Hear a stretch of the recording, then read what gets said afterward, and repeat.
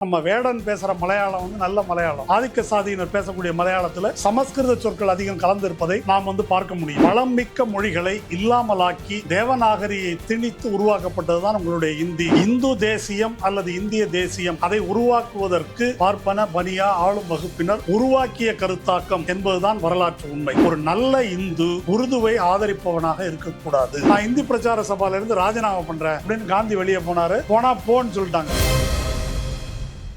என்னுடைய தலைப்பு உருது இந்துஸ்தானி இந்தி, இந்திய இந்து தேசியவாதத்தின் மத இன மொழி ஒடுக்குமுறை அரசியல். இதுதான் எனக்கு அளிக்கப்பட்டுள்ள தலைப்பு. இது பற்றி வெவ்வேறு சந்தர்ப்பங்களில் தனித்தனியாக யூடியூப்களிலும் கருத்தரங்கத்திலும் கூட நான் பேசியிருக்கிறேன். இன்றைக்கு இந்தி எதிர்ப்பு என்பது தமிழ்நாட்டில் மட்டுமல்ல இந்தியா முழுவதிலும் பேசுகின்ற ஒரு பொருளாக ஆகியிருக்கிறது. சமீபத்திலே தமிழக அரசு உச்சநீதிமன்றத்தில் ஒரு வழக்கு தொடர்ந்து இருக்கிறது. சமக்ர சிக்ஷா அபியான் அடிப்படையில் மும்மொழி திட்டத்தை ஏற்றுக்கொள்ளவில்லை என்றால் தமிழ்நாட்டுக்கு கொடுக்க வேண்டிய பணத்தை கொடுக்க முடியாது என்று அவர்கள் சொன்னதை எதிர்த்து தமிழக அரசு போட்டுள்ள மனு, அதை நம்முடைய மாண்புமை உச்சநீதிமன்றம் இது ஒன்றும் அவசரம் இல்லை அப்படின்னு சொல்லிட்டாங்க. ஏனென்றால் அரசமைப்பு சட்ட உரிமைகள், அடிப்படை உரிமைகள் ஒருவேளை ஜக்கி வாசுதேவுக்கோ அர்ணாப் கோஸ்வாமிக்கோ மீறப்பட்டால் உடனடியாக தலையிடுகின்ற நீதிமன்றம், 8 கோடி தமிழ் மக்களுடைய அடிப்படை உரிமை மீறப்பட்டுள்ள இந்த விஷயத்தில் இது ஒன்றும் அவசரம் இல்லை, அப்புறம் பார்த்துக்கலான்னு சொல்லிட்டாங்க. அந்த வழக்கு விசாரணைக்காக ஒத்தி வைக்கப்பட்டிருக்கிறது. இப்போ இந்த இந்தி திணிப்பு என்பதற்கு எதிராக நமக்கு ஒரு நீண்ட போராட்ட மரபு இருக்கிறது. அதை பற்றி மற்ற தோழர்கள் விரிவாக பேசியிருப்பார்கள் என்பதால் அதற்குள்ளே நான் செல்லவில்லை. இந்த சமக்ர சிக்ஷா அபியான், மும்மொழி திட்டம், இந்தி திணிப்பு, இதை ஒட்டி முரசொலியிலே ஒரு 10 நாட்கள் தொடர் எழுதியிருந்தார் தமிழ்நாடு முதல்வர். அதில் இதுவரை கூறாத ஒரு முக்கியமான ஒரு விஷயமாக எதை முன்னிறுத்தி இருந்தார் என்றால், இந்தி திணிப்பு என்பது எங்களுக்கு, இந்தி பேசாத மாநிலமாகிய தமிழ் மக்களுக்கு எதிரானது என்பது மட்டுமல்ல, இந்தி மாநிலங்கள் என்று கருதப்படுகின்ற பல மாநிலங்கள், அந்த மாநிலங்களிலே வாழ்கின்றவர்கள் இந்தி பேசுபவர்கள் அல்ல. ஏறத்தாழ 25 மொழிகளை அழித்துத்தான் இந்தி என்ற இந்த மொழி உருவாகி இருக்கிறது என்று தன்னுடைய அறிக்கையில அவர் குறிப்பிட்டிருந்தார். இது பெரும் சலசலப்பையும் எதிர்ப்பையும் தோற்றுவித்தது. பாரதிய ஜனதா கட்சியினர் மொழியின் பேராலே பகைமையை தூண்டுகிறார்கள் என்று கதறத் தொடங்கினார்கள். மிக முக்கியமாக இந்தியா கூட்டணி ஆதரிக்கின்ற யோகேந்திர யாதவ் போன்றவர்கள் ஒரு கட்டுரை எழுதினார். அதாவது, நான் இந்தி திணிப்பை எதிர்க்கிறேன், ஆனால் அதே நேரத்தில் 25 மொழிகளை இந்தி அழித்து விட்டது என்று தமிழ்நாடு முதல்வர் சொல்லியிருக்கிறார், அதை என்னால் ஏற்றுக்கொள்ள முடியாது என்று அவர் எழுதியிருந்தார். அது வரலாற்று விவரங்களுக்கும் உண்மைக்கும் புறம்பானது. அது எப்படி என்பதைத்தான் இந்த உரையிலே, இந்த கட்டுரையிலே நாம் பார்க்க இருக்கிறோம். யோகேந்திர யாதவ் போன்றவர்கள் எதிர்த்தாலும் கூட தமிழக முதல்வரின் அறிக்கைக்கு வட இந்திய மாணவர்கள் மத்தியிலேயே பெரும் வரவேற்பு இருப்பதை பார்க்க முடிந்தது. முதல்வருடைய அறிக்கையை தொடர்ந்து ஒரு யூடியூப்ல டெல்லியில இருக்கின்ற பல்வேறு பகுதிகளைச் சேர்ந்த, வட இந்திய பகுதிகளைச் சேர்ந்த மாணவர்களிடம் நேர்காணல் எடுத்து போட்டிருந்தாங்க. எல்லாருமே இந்தி பேசும் மாநிலம் என்று சொல்லக்கூடிய மாநிலங்களிலிருந்து வந்தவர்கள். அவர்கள் தங்களுடைய தாய்மொழி எப்படியெல்லாம் அவமதிக்கப்படுகிறது, இழிவுபடுத்தப்படுகிறது என்பதை பற்றியும், தாய்மொழி அல்லாத இந்தியில்தான் தாங்கள் கற்க வேண்டும் என்ற நிலை அவர்களுக்கு எத்தகைய நெருக்கடியை உருவாக்குகிறது என்பது பற்றியும் விரிவாக பேசியிருந்தார்கள். நான் என்னுடைய ஒரு பர்சனல் அனெக்டோட், சொந்த அனுபவத்திலிருந்து ஒன்று சொல்ல விரும்புகிறேன். 1994 அப்போது நான் மக்கள் கலை இலக்கிய கழகத்தினுடைய பொதுச் செயலாளர். அனைத்து இந்திய புரட்சி பண்பாட்டு இயக்கம் என்ற அமைப்பில் மக்கள் கலை இலக்கிய கழகம் ஒரு உறுப்பினர். அதில் புரட்சி பாடகர் கத்தார், வரவர் ராவ் போன்ற பலரும் உறுப்பினராக இருந்தாங்க. ஹைதராபாத்தில் ஒரு மாநாடு, அங்கே அந்த அனைத்து இந்திய புரட்சிகர பண்பாட்டு இயக்கத்தினுடைய கொள்கை அறிக்கை, அதை இறுதியாக்குகின்ற ஒரு விவாதம் நடக்குது. அந்த விவாதத்தில் இந்தியோ வேறு எந்த மொழியோ அலுவல் மொழியாக திணிக்கப்படுவதை எதிர்க்கிறோம் என்று ஒரு வரி இருந்தது.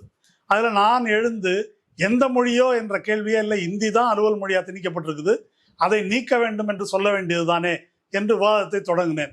அந்த விவாதத்தின் போக்கில் இந்தி என்பது எப்படி திணிக்கப்பட்ட ஒரு மொழி, அதற்கு இந்து, இந்தி, இந்தியா என்ற ஒரு அரசியல் ரீதியான ஒரு பின்புலம் எப்படி இருக்கிறது என்பதை சொன்னவுடன் இந்தி பேசும் பீகார் மாநிலத்தை சேர்ந்த தோழர்கள் கொஞ்சம் கொதிப்படைந்தார்கள். இந்தி என்ற மக்கள் மொழியை நீங்கள் கம்யூனல் என்று முத்திரை குத்துகிறீர்கள் என்றெல்லாம் கோபப்பட்டார்கள். அப்போது உங்களுடைய இந்தி, பிரஜ்பாஷா, மைத்திலி, கரிபோலி, இப்படி அவதி என்று பல மொழிகளை, பல வளம் மிக்க மொழிகளை இல்லாமலாக்கி தேவநாகரியை திணித்து உருவாக்கப்பட்டதுதான் உங்களுடைய இந்தி. உங்கள் மொழி அடக்கப்பட்டிருக்கிறது என்பதையே உணராமல் நான் இந்தியை இழிவுபடுத்தி விட்டதாக நீங்கள் கோபப்படுகிறீர்கள் என்று அப்பொழுது நான் விளக்கினேன். தோழர் வரவர்ராவ் கூட அதை ஏற்றுக்கொண்டார். இப்போ தென் மாநிலங்களில் பொறுத்த வரைக்கும் தமிழ் தான் தன்னுடைய தூய்மையை பாதுகாத்து கொண்டிருக்கிறது, தெலுங்கு போன்ற எங்கள் மொழிகள் எல்லாம் கிட்டத்தட்ட சமஸ்கிருதத்தின் அடிமையாகிவிட்டோம் என்றே அவர் கூறினார். அதன் பின்னாலே அதை பற்றி என்ன பரிசீலித்தார்கள், என்ன முடிவெடுத்தார்கள் என்பதெல்லாம் ஒரு புறம் இருக்கட்டும்.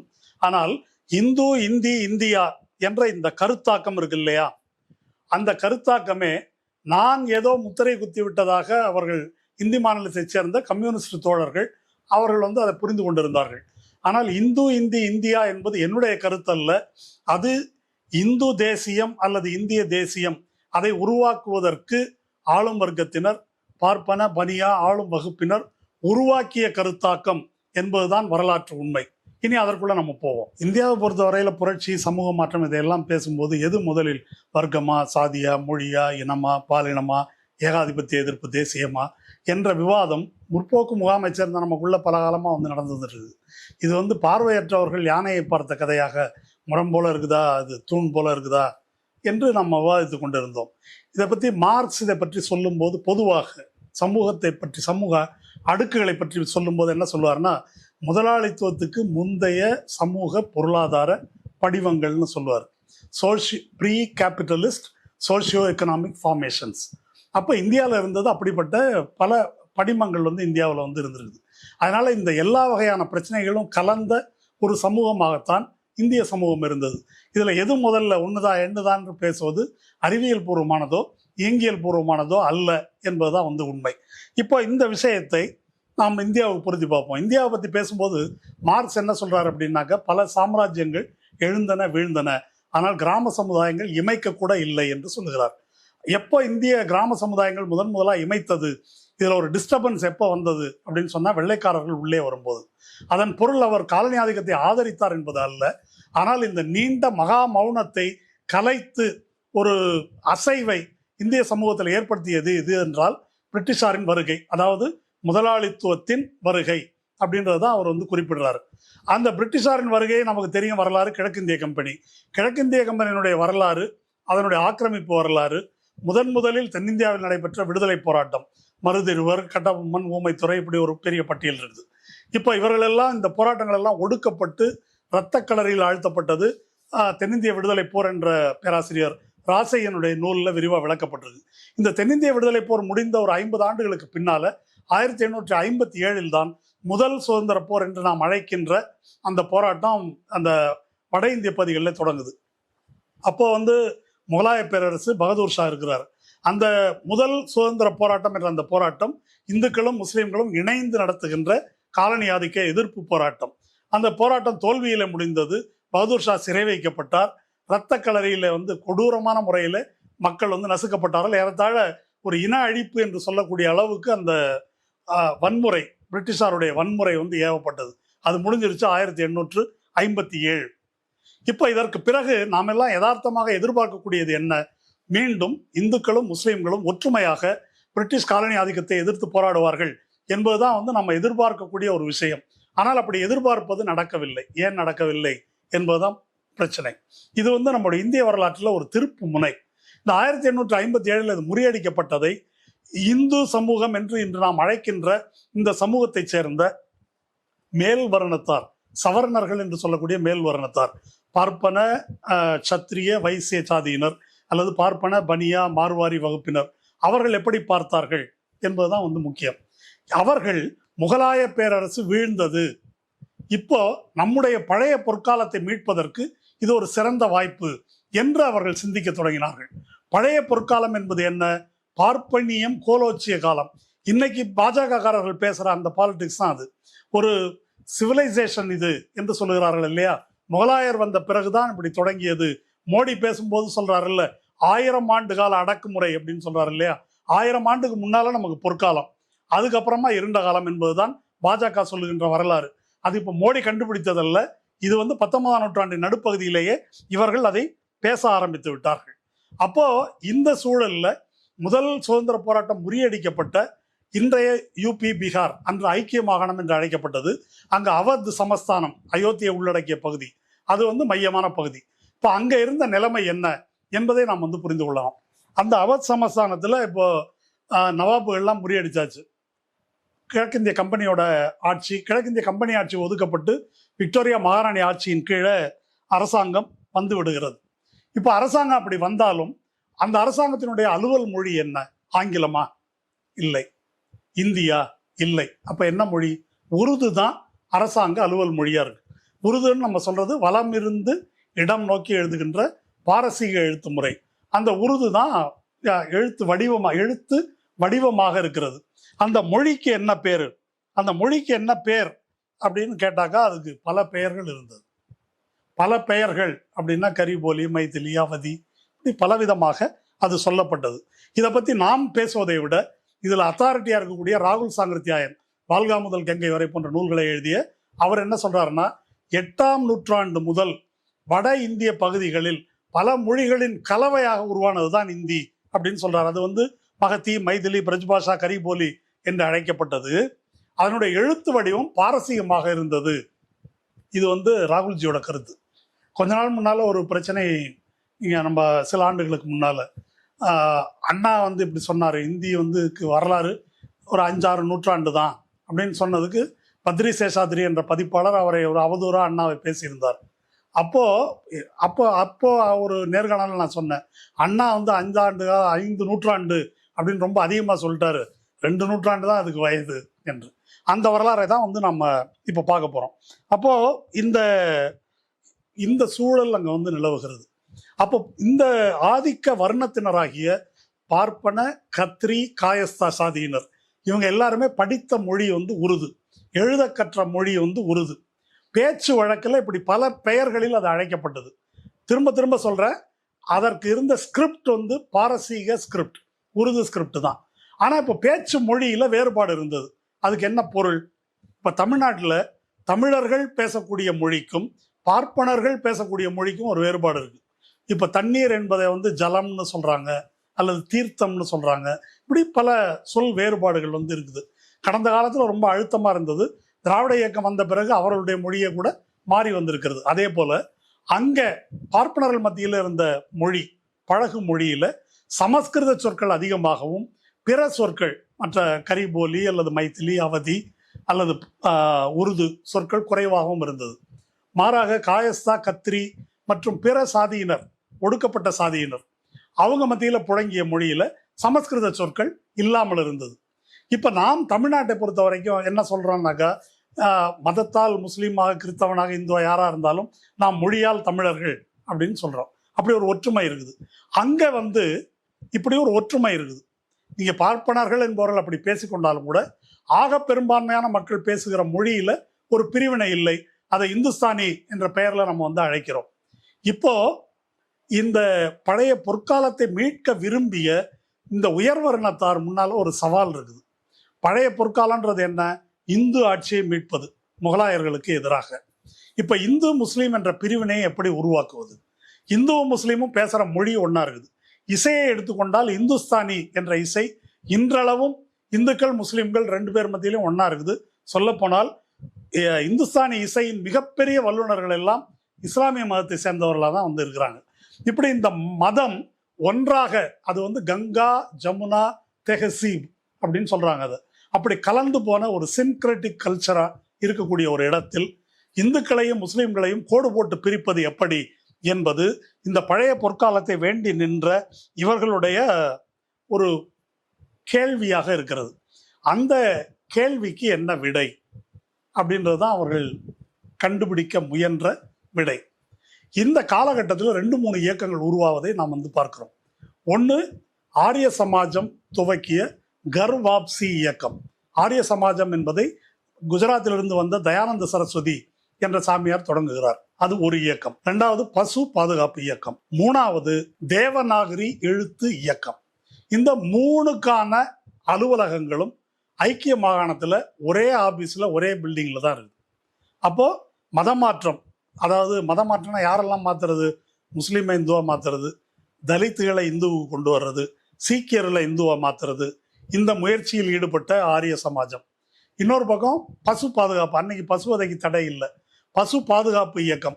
பசு பாதுகாப்பு இயக்கம் என்பது பார்ப்பனர்கள் உயர் சாதியினருக்கு அப்பாற்பட்டு பல பிற்படுத்தப்பட்ட சாதியினர் மத்தியிலேயும் கூட பசுவை கொல்லக்கூடாது என்ற கருத்து இருந்ததால் அந்த இந்து ஒற்றுமைக்கான ஒரு ஒரு காயாக அந்த பசு பாதுகாப்பை அவர்கள் பயன்படுத்துகிறார்கள். மூன்றாவது, இந்த உருது எழுத்தை நீக்கி அந்த இடத்தில் இன்னைக்கு நாம பார்க்கக்கூடிய இந்திய எழுத்து, அதை வந்து தேவநாகரின்னு சொல்றது, அந்த தேவநாகரி எழுத்தை கொண்டு வருவதற்கான ஒரு கேம்பெயின் இது வந்து தொடங்குறாங்க. அதாவது இந்த 1857க்கு பிந்தைய அந்த காலகட்டத்திலேயே வெள்ளை அதிகாரிகள் என்ன எழுதுறாங்கன்னா, 1860 ஒரு பிரிட்டிஷ் ஆபீசர் எழுதுறாரு, ஒரு நல்ல இந்து உருதுவை ஆதரிப்பவனாக இருக்கக்கூடாது என்ற கருத்து பிரச்சாரம் தொடங்குகிறது அப்படின்னு சொல்றாரு. அதுல இன்னொரு முக்கியமான விஷயம் என்ன அப்படின்னு சொன்னாக்க, இந்த குறிப்பிட்ட காலத்தில் ஆரிய சமாஜம் தான் தேவநாகரி பிரச்சாரணி சபா என்ற இந்த தேவநாகரி எழுத்து, நாகரி எழுத்து தான் தேவன்றது பார்ப்பனர்களுக்காக சேர்த்து கொள்ளப்பட்டது, தேவ பாஷைன்னு சொல்றாங்க இல்லையா, அப்படி சேர்த்து கொள்ளப்பட்டது. அதை வந்து தொடங்குவதற்கான ஆலோசனையே ஆரிய சமாஜம் தான் வந்து வழங்குகிறது. அதை இது வந்து வரலாற்றில் பதிவு செய்யப்பட்டிருக்கு. மிக முக்கியமாக நீங்கள் இதில் படிக்க வேண்டிய நூல் ஹிந்து நேஷனலிசம் என்ற நூல், அலோக் ராய் என்பவர் எழுதியது. அந்த நூலை வந்து படிக்கலாம். இன்னொரு one language two scripts, Christopher King என்பவர் எழுதிய நூல்.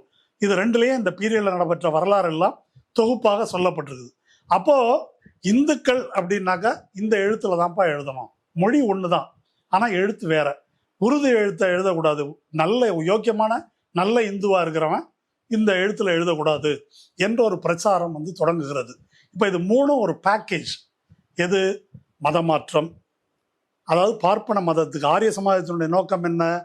வேத காலத்துக்கு திரும்புதல், வேத காலத்து மரபை மீட்டு உருவாக்குதல் அப்படின்றது தான் ஆரிய சமாஜம். அவங்க உருவாக்கின ஸ்கூல் தான் டிஏவி ஸ்கூல் என்ற ஸ்கூல். அது அதனால அது ஒன்று மீட்டு உருவாக்கம், ரெண்டாவது பசுவதை தடை, மூணாவது தேவநாகரி, இது மூணு சேர்ந்தது ஒரு பேக்கேஜ். இந்த பிரச்சாரத்தை அவர்கள் கொண்டு செல்கிறார்கள். இந்த பிரச்சாரத்தை கொண்டு போயிட்டு இப்போ இந்த தேவநாகரி வடிவத்தை எப்படி கொண்டு வர்றது? ஆரிய சமாஜம் தன்னுடைய எழுத்துகள், அவங்களுடைய வெளியீடு எல்லாத்துலேயுமே வந்து எழுத்து வந்து தேவநாகரி எழுத்து தான் சொல்றாங்க. இது நாம் சொல்வதை விட ஆரிய சமாஜத்தினுடைய கூற்று என்னன்னு கேட்டா, இந்த எழுத்துக்கு பேர் ஆரிய லிபி, இந்த இந்திக்கு பேரு ஆரிய பாஷா. இதெல்லாம் நம்ம சொல்லல, ஆரியன் திராவிடன்ற பிரிவினையை திராவிட இயக்கத்தினர் உருவாக்குகிறார்கள், கால்டுவெல் என்ற கயவன் உருவாக்கி விட்டான்லாம் நம்ம எச்ராஜா பேசுறாரு. ஆனா ஆரிய பாஷா, ஆரிய லிபி என்பதெல்லாம் அவர்கள் உருவாக்கியது தான். அப்போ இதுதான் அவங்க வந்து எழுத்து முறையா கடைபிடிக்கிறாங்க. ஆனா ஆரிய சமாஜம் மட்டும் அதை எழுதிட்டு இருந்தாக்க அது பிரபலமாகுமா? ஆகாது. அப்ப என்ன செய்ய வேண்டும்? அரசாங்கத்துக்கு பெட்டிஷன் கொடுக்குறாங்க. என்ன பெட்டிஷன்? இந்த உருது எழுத்து, பாரசீக எழுத்தோட இந்த தேவநாகரி எழுத்தையும் நீங்கள் அங்கீகரிக்க வேண்டும். நல்லா புரிஞ்சுங்க, மொழி வேற எழுத்து வேற, மொழி புழக்கத்தில் இருக்குது, இந்த எழுத்தையும் நீங்கள் அங்கீகரியுங்கள் என்று ஒரு பெட்டிஷன் வந்து கொடுக்குறாங்க. அதுல வந்து முக்கியமா இந்த நாகரி பிரச்சாரணி சபால இருந்த ஒரு ராஜா சிவபிரசாத் அப்படின்றவர், அவர் வந்து பெட்டிஷன் எழுதுறாரு. இதெல்லாம் ரெக்கார்டில் இருக்குது. பெட்டிஷன் எழுதுறாரு, எப்பொழுதுமே நாங்கள் ஃபேர் காம்ப்ளெக்ஷன், வெள்ளைத்தோல்காரர்கள் எங்களை ஆள்வது எங்களுக்கு பெரிய ஒரு சந்தோஷம், மகிழ்ச்சி, அதனால நீங்க பார்த்து இதை கொஞ்சம் கன்சிடர் பண்ணணும்னு அவர் எழுதுறாரு. அடுத்தது பாலகிருஷ்ண பட், அவரும் நாகரி பிரச்சாரணி சபா, அவர் என்ன எழுதுறாருன்னா, வெள்ளைக்கார துறையவர்களே, எங்களுடைய இந்து மரபை பொறுத்த வரைக்கும் மன்னர்கள் எல்லாம் கடவுளின் அவதாரம், அது மாதிரி நீங்களும் கடவுளின் அவதாரம் தான். நாங்கள் உங்களிடம் முறையிட்டு கேட்டுக்கொள்கிறோம், இந்த நாகரி எழுத்தை வந்து அங்கீகரியுங்கள். எவ்வளவு வாட்டி தான் கேட்கறது, அக்பரே எங்களை நம்பினாரு, நீங்க நம்ப மாட்டேன்றீங்களே என்றெல்லாம் அந்த கடிதத்தில் அவர் குறிப்பிடுகிறார். இப்படி குறிப்பிட்டு மனு மேல மனு வந்து அனுப்புறாங்க. இது ஒரு பக்கம் நடந்துட்டு இருக்கு. இதை பிரிட்டிஷ் ஆட்சியாளர்கள், அதிகாரிகள் எப்படி அணுகினார்கள் அப்படின்றத நம்ம வந்து பார்க்கணும். பிரிட்டிஷ் ஆட்சியாளர்கள் மத்தியில இரண்டு விதமான போக்குகள், இந்த பார்ப்பனிய பிற்போக்குத்தனங்களை அணுகுவதில் ரெண்டு விதமான போக்குகள் இருந்ததை நம்ம வந்து வரலாற்றில் பார்க்குறோம். ஒரு பக்கம் இந்த மேக்ஸ் முல்லர் போன்றவர்கள், வேதம், உபநிடதம், காளிதாசன் இந்த பெருமையெல்லாம் பேசியவர்கள், அப்படி அவர் ஒரு ஜெர்மன், அவர் அப்படிப்பட்டவர்கள் இருந்தார்கள். இன்னொரு பக்கம் நம்ம பிஷப் ஹீபர், திருச்சியில் பிஷப் ஹீபர் காலேஜ்னு கூட இருக்குது, அந்த பிஷப் ஹீபர் இருக்கிறார் இல்லையா, அவர் நவீன கல்வியை பரப்புவதற்கு வந்தவர். அவர் வந்து வாரணாசியில் வந்து சமஸ்கிருத கல்லூரிக்கு வரார்.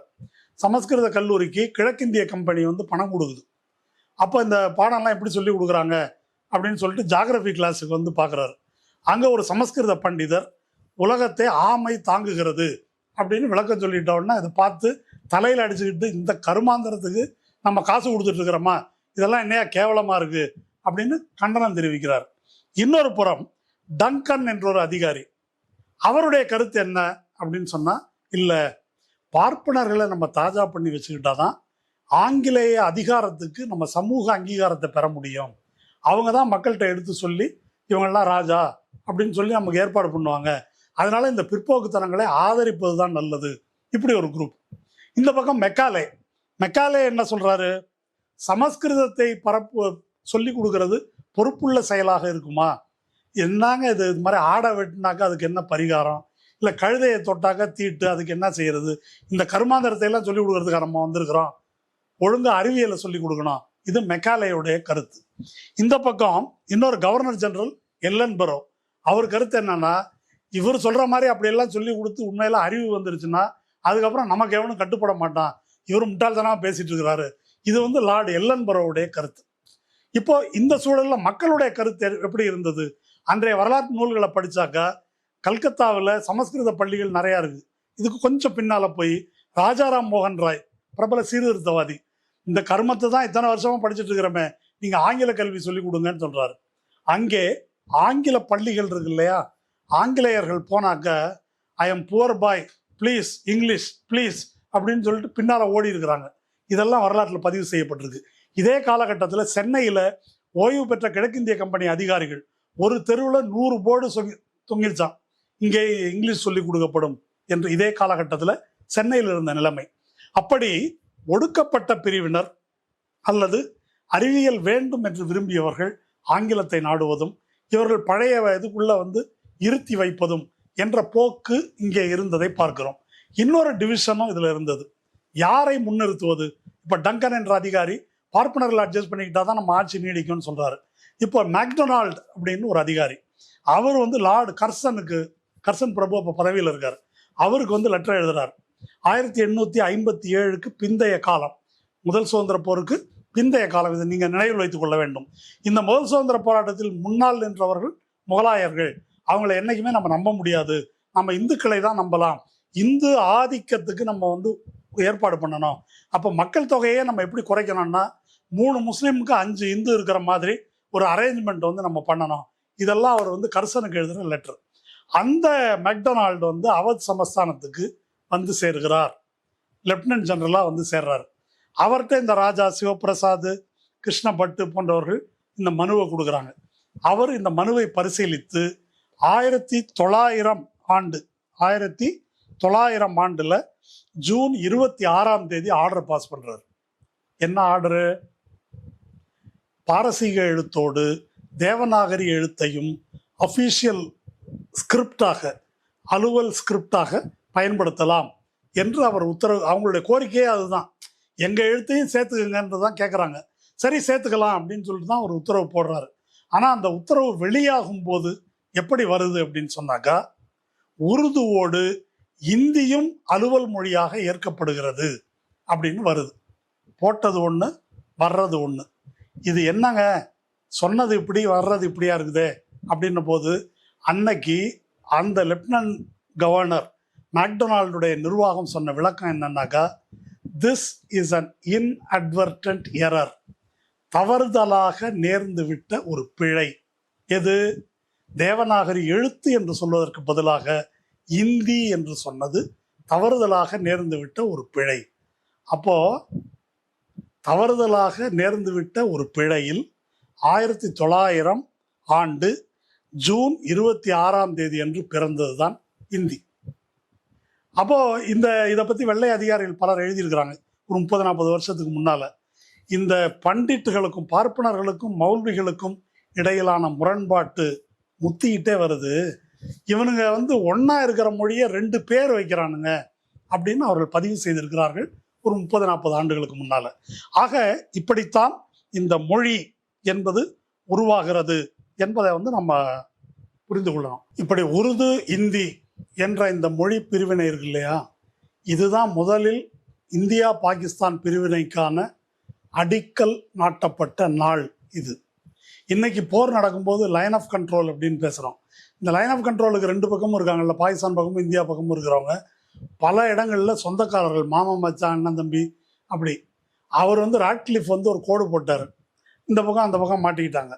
இன்னைக்கு போர் நடக்கும்போது இவர்கள் தான் கொல்லப்படுகிறார்கள். அந்த துயரத்தை பற்றி பிரிவினை காலத்தில் சததாசன் மாண்டோ என்ற எழுத்தாளர் தோபா தேக் சிங் என்று ஒரு சிறுகதை எழுதியிருக்காரு. அதை நீங்கள் இணையத்தில் படிக்கலாம். இந்த பிரிவினை என்பது மக்களை பொறுத்த வரைக்கும் எப்படி தேச பிரிவினை, நாட்டு பிரிவினை என்பது மக்களை பொறுத்த வரைக்கும் எப்படி பொருளற்றதாக இருக்கிறது, அபத்தமாக இருக்கிறது, வன்முறையாக இருக்கிறது என்பதை அவர் வந்து விளக்கி இருக்கிறார். அந்த இப்போ இங்கே நடைபெற்ற இந்த இந்தி உருது பிரிவினை இருக்கு இல்லையா, அந்த பிரிவினை தான் அந்த பிரிவினையினுடைய தொடக்கம். சரி, இப்போ பூமியை வந்து கோடு போட்டு அந்த பக்கம் பாகிஸ்தான் இந்த பக்கம் இந்தியான்னு சொல்லிடலாம். மொழியில எப்படி கோடு போட்டு பிரிப்பது அப்படின்றதான் இப்போ அடுத்து இருக்கக்கூடிய கேள்வி. மொழியை எப்படி கோடு போட்டு பிரிப்பது? பிரித்தார்கள். இப்போ நம்முடைய தமிழ்நாட்டு அனுபவத்தில் சொல்றேனே, திராவிட இயக்கம் வந்த பிறகு சமஸ்கிருதம் ஆதிக்கம் செலுத்திய மணிப்பிரவாள நடை, அதுல இருந்த வடமொழி சொற்களை எல்லாம் நீக்கிவிட்டு தமிழ் சொற்களுக்கு கொண்டு வந்ததுல திராவிட இயக்கத்தின் பாத்திரம் தலையாயது. இப்போ இது ஒரு பார்ப்பன அடிமைத்தனத்திலிருந்து தமிழை விடுவிப்பதற்கான ஒரு முயற்சி இங்கே நடந்தது. அங்கே நடந்தது என்ன அப்படின்னு சொன்னா, அந்த இந்துஸ்தானி என்ற மொழி அல்லது அவதி, போஜ்புரி, கரிபோலி என்ன பெயரில் இருக்கக்கூடிய அந்த வழங்கிய மொழிகள், அந்த மொழிகள்ல இருந்து உருது சொற்களை நீக்குவது அப்படின்றத ஒரு கேம்பெயினா வந்து கொண்டு வராங்க. அப்போ உருது சொற்களை நீக்குவது என்பது எப்படி சாத்தியம்? இது வந்து தண்ணியில கோடு போடுற மாதிரி மக்கள்கிட்ட இது வந்து மொழி புழங்கி கொண்டிருக்கிறது. இதை எப்படி நீக்குவது என்பதற்காகத்தான் பல முயற்சிகளை வந்து எடுக்கிறாங்க. இப்போ பனாரஸ் இந்து பல்கலைக்கழகம் என்பது 1905 தொடங்கப்படுது. அந்த பனாரஸ் இந்து பல்கலைக்கழகத்தில் ஆசிரியர்கள் பயிற்றுவிக்கப்படுகிறார்கள். அந்த ஆசிரியர்கள் வட இந்திய மாகாணம் முழுதும், பீகார், ராஜஸ்தான், இப்படி எல்லா ஊருக்கும் வந்து அனுப்புறாங்க. அப்படி அனுப்பும் போது அவர்கள் சொல்லிக் கொடுக்கிற பாடம் இருக்கு இல்லையா, அந்த பாடத்திட்டத்திலே என்ன கொண்டு வராங்கன்னா, இதெல்லாம் இந்தி சொல், இதெல்லாம் அந்நிய சொல், எது உருது சொல்லலாம் அந்நிய சொல் என்று சொல்லிக் கொடுக்கிறார்கள். அப்போ மாணவர்கள் வகுப்புல உட்கார்ந்துருக்கக்கூடிய பிள்ளைகள்ல முஸ்லிம்கள் ஒரு 10 பேர் இருக்கிறாங்கன்னா அவர்கள் அந்நியர்கள் ஆயிடுறாங்க. அவங்க பேசக்கூடிய மொழி அந்நியம்னா அவர்களும் அந்நியர்கள் ஆயிடுறாங்க. இப்படி முஸ்லிம்களை மட்டும்தான் நீக்கினார்களா என்றால் இல்லை. இதை பத்தி ராகுல சாங்கிருத்தியாயன் எழுதுறார். இந்த மொழியில இப்படி மக்கள் மத்தியில புழங்கி வந்த மொழியில ஒரு தீண்டத்தகாத அல்லது ஒடுக்கப்பட்ட சூத்திர சாதிகளை சேர்ந்தவர்கள் என்று சொல்லக்கூடிய கொல்லர்கள், தச்சர்கள், நாவிதர்கள், பண்ணார்கள், அவங்க பயன்படுத்தக்கூடிய மொழிகள், அதுல இருக்கக்கூடிய வினை சொற்கள், வெர்ப், இதெல்லாம் வந்து நீக்கிறாங்க. இதெல்லாம் நீக்கும் போது மொழி மொட்டையாயிடுச்சுன்னு சொல்றாரு ராகுல் சாங்கிருத்தியாயன். அப்போ உழைக்கும் மக்களுக்கான மொழி, உழைக்கும் மக்கள் புழங்குகின்ற மொழி என்பது கொஞ்சம் கொஞ்சமாக இதிலிருந்து அகற்றப்பட்டு அந்த இடத்திற்கு சமஸ்கிருத சொற்கள் கொண்டு வரப்படுது. இதை நீங்க வந்து தெலுங்குல, கன்னடத்துல, மலையாளத்துல எல்லாத்துலயும் பார்க்கலாம். மலையாளம் இப்போ இவர் நம்ம வேடன் பேசுற மலையாளம் வந்து நல்ல மலையாளம். ஆனா இன்னும் கொஞ்சம் உயர் சாதியினர், ஆதிக்க சாதியினர் பேசக்கூடிய மலையாளத்துல சமஸ்கிருத சொற்கள் அதிகம் கலந்து இருப்பதை நாம் வந்து பார்க்க முடியும். அப்படி அங்க அந்த அந்த மொழியிலிருந்து இவையெல்லாம் நீக்கப்படுகின்றன. இதற்காகவே பத்திரிகை தொடங்குறாங்க. சரஸ்வதி கல்யாண் என்ற பெயரிலான பத்திரிகைகள் வந்து தொடங்குறாங்க. அந்த பத்திரிகைகள் தொடங்கி நடத்தியதை பத்தி கீதா பிரஸ் என்ற ஒரு நூல் வந்திருக்கு. அதை விடியல் பதிப்பகம் தமிழ்ல போட்டிருக்கிறாங்க. அக்ஷய முகுல் என்பவர் எழுதிய தொகுத்த மிக முக்கியமான நூல் அது. எப்படி ஒரு ஒரு கோரக்பூர்ல இன்னைக்கு யோகி ஆதித்யநாத் ஊர், அங்கே கீதா பிரஸ் என்பதை நிறுவி அதன் வழியாக இந்த இந்து பிரச்சாரத்தை எப்படி எடுத்து சென்றார்கள், எப்படி உருவாக்கினார்கள் என்பதை வந்து எழுதியிருக்காங்க. அவங்க நடத்தின பத்திரிகை தான் வந்து கல்யாண். இந்த பத்திரிகைகள் வாயிலாக என்ன பிரச்சாரம் பண்றாங்க அப்படின்னு சொன்னா, இந்தி மரபு என்பதை இந்து மரபாக சித்தரிக்கிறார்கள். அப்போ பாடத்திட்டங்கள் பூரா புராணமே வரலாறா சித்தரிக்கப்படுகிறது. இது ஒண்ணு. ரெண்டாவது, இலக்கியங்களில் முஸ்லிம்கள் எழுதிய இலக்கியங்கள், உருது இலக்கியங்கள், அதெல்லாம் வெட்டி தூர தள்ளிடுறாங்க. இப்ப நீங்க அவர்கள் சொல்லக்கூடிய துளசிதாசருடைய ராமச்சரித மானஸ், அது இந்தியில் எழுதப்பட்டதல்ல, அவதியில் எழுதப்பட்டது. அவதி எழுத்து வந்து இந்தி அல்ல, அது வேறொரு மொழி. முகலாய ஆட்சி காலத்துல தான் அதெல்லாம் எழுதுறாரு. எந்த அவுரங்கசீப்பும் அவர் தலையை எடுக்கல. அந்த கதை ஒரு பக்கம் போடணும். அப்போ அப்படி இந்த மொழியிலிருந்து இதையெல்லாம் சுத்தம் செய்வதை, இலக்கிய மரபை கட் பண்றாங்க. பத்திரிகைகள்ல மொழி சொற்களை நீக்குவதன் மூலம் இதை செய்கிறார்கள். இந்த கீதா பிரஸ் நடத்திய கல்யாண் பத்திரிகையில 1940களில் ரவிசங்கர் சுக்லா என்பவர், எதுக்கு அவர் பேரை சொல்றேன்னா, அவர் அரசியல் நிர்ணய சபை உறுப்பினர். அவர் என்ன எழுதுறாரு அப்படின்னு சொன்னா, இந்த இந்த குறிப்பிட்ட பிரச்சனையில இந்த மாதிரி உருது சொற்களை எல்லாம் நீக்கக்கூடாது, அதுவும் கலந்த இந்துஸ்தானி தான் இந்தியாவின் தேசிய மொழியா இருக்கணும் என்பது காந்தியோட கருத்து. அதுக்காக தான் அவர் இந்தி பிரச்சார சபா வந்து தொடங்குறாரு. ஆனா இப்படி இந்துஸ்தானி மொழியிலிருந்து உருது சொற்களை நீக்க தொடங்கிய உடனே நான் இந்தி பிரச்சார சபாலிருந்து ராஜினாமா பண்றேன் அப்படின்னு காந்தி வெளியே போனாரு. போன்னு சொல்லிட்டாங்க. இவங்கெல்லாம் இப்போ காங்கிரஸில் இருக்கிற ஆட்கள் அன்னைக்கு கல்யாண் பத்திரிகையில் இந்த ரவிசங்கர் சுக்லா என்ன எழுதுகிறார் என்றால், இந்த உருது சொற்களை சேர்ப்பதற்கு காந்தி முஸ்லிம்களை தாஜா செய்வதற்காகத்தான் இந்த வேலையை பார்க்குறாரு. இந்தியா என்பது இந்து நாடு, முஸ்லிம்களுக்கு இங்கே குடியுரிமை எல்லாம் தர முடியாது. இதெல்லாம் அவர் அந்த பத்திரிகையில் எழுதியிருக்காரு. இந்த யோக்கியர் தான் அரசியல் நிர்ணய சபை உறுப்பினர். இது ஒரு பக்கம் இருக்கட்டும். இன்னொன்று, இந்த 8th ஷெட்யூலுக்கான மொழிப்பட்டியலை போட சொல்லி நேரு ஒருத்தட்ட ஒப்படைக்கிறார். அவர் பேர் நினைவில் எனக்கு, இந்த கட்டுரையில் இருக்குது. அவர்கிட்ட ஒப்படைக்கும் போது அவர் ஒரு 12 மொழியை எழுதி கொடுக்குறாரு. அதெல்லாம் படித்து பார்த்துட்டு 13 அப்படின்னு போட்டு உருது அப்படின்னு சேர்க்குறாரு நேரு. அப்போ அவர் கூட இருந்த ஒரு உறுப்பினர் அவர் வந்து, இந்த ஒரு மொழி சேர்த்துருக்கீங்களே, அது யார் மொழி? அது என்னுடைய முன்னோர்களின் மொழி அப்படின்னு நேரு சொல்கிறாரு. ஒரு பாப்பானா இருந்துட்டு இப்படி சொல்கிறே, உனக்கு வெக்கமா இல்லை என்று இந்த நேருவை கேட்டாராம் அந்த நண்பர். இதை வந்து அந்த அரசியல் நிர்ணய சபை உறுப்பினர் அவர் தன்னுடைய எழுத்துல வந்து பதிவு செய்திருக்கிறார். அப்போ இந்த அளவுக்கு இந்த உருது நீக்கம் என்பது நடக்கிறது. 1948 அந்த கல்யாண் பிரஸ், சரஸ்வதி இவங்க சார்பா வந்து பால் ஷாக்கா என்று ஒரு சிறுவர் பத்திரிகை ஒரு 30-40 வருஷமா நடத்துறாங்க. அந்த பத்திரிகையில ஒரு பாட்டு, பாகிஸ்தானி உருது சோடோ, ஹிந்துஸ்தானி ஹிந்தி சீக்கோ, பாகிஸ்தானி மொழியான உருதுவை விடு, ஹிந்துஸ்தானி மொழியாகிய இந்தியை படி. இது வந்து பாட்டு. இப்ப இந்த பாட்டினுடைய செயல் வடிவம்தான், அல்லது இந்த ரவிசங்கர் சுக்லா பேசியதன் செயல் வடிவம்தான் கோட்சே காந்தியை சுட்டது. நான் ஏன் சுட்டேன் அப்படின்னு கோட்சே ஒரு அறிக்கை தாக்கல் பண்ணியிருக்காரு. அந்த அறிக்கையில் வர முக்கியமான பாயிண்ட், முஸ்லிம்களை தாஜா செய்வதற்காகத்தான் காந்தி இந்துஸ்தானியை ஆதரிக்கிறார். இந்தியாவின் முதன்மையான மொழி இந்தி தான், இதில் மாற்று கருத்துக்கு இடமில்லை. இது வந்து காந்தி மேல கோட்சே வைத்த ஒரு சார்ஜ். அப்போ இது அந்த பிரிவினை, காந்தி கொலை எல்லாவற்றுக்கும் அடிப்படையாக அமைந்தது இதுதான் அரசியல் நிர்ணய சபையிலையும் ரிஃப்ளெக்ட் பண்ணது. அரசியல் நிர்ணய சபை விவாதத்தில் துலேக்கர் என்பவர் அரசியல் நிர்ணய சபை உறுப்பினர், அவர் வந்து இந்தியிலேயே பேசுறாரு. அப்போ இங்கே தென்னிந்தியாவில் இருக்கிறவங்களுக்கெல்லாம் ஹிந்தி புரியாதுங்க, இங்கிலீஷில் பேசுங்கன்னு டாக்டர் அம்பேத்கர் சொல்லும்போது, ஹிந்தி புரியாதவன் இந்த அவையில் இருக்க வேண்டிய அவசியமே கிடையாது, வெளியே போ அப்படின்னு அந்த துலேக்கர் வந்து பேசுவது பதிவாகி இருக்கிறது. அப்போ இந்த மாதிரி அரசியல் நிர்ணய சபையில் ஒரு நிலை நிலவியது. இந்தி அலுவல் மொழி ஆக்கப்பட்டது என்பதுதான் உண்மை. 8th ஷெட்யூல் அப்படின்னு ஒன்று கொண்டாந்து அதில் நம்ம தமிழ் உள்ளிட்ட எல்லா மொழிகளையும் சேர்த்துருக்கிறாங்க. இதை பற்றி கிரான்வில் ஆஸ்டின் என்பவர் இந்திய அரசமைப்பு சட்டத்தின் வரலாறு பற்றிய ஆய்வாளர், அவர் ஒரு விஷயம் சொல்லியிருக்காரு. இந்த அஃபீஷியல் லாங்குவேஜ் அப்படின்றது ஒரு மிகப்பெரிய தந்திரம். அது என்ன தந்திரம் அப்படின்னு சொன்னால், தேசிய மொழி என்று சொல்லாமல் அதை மறைப்பதற்கான ஒரு இடக்கரடக்கல், யூஃபமிசம் தான் அஃபீஷியல் லாங்குவேஜ். 8th ஷெட்யூல் என்பது ஒரு மோசடி.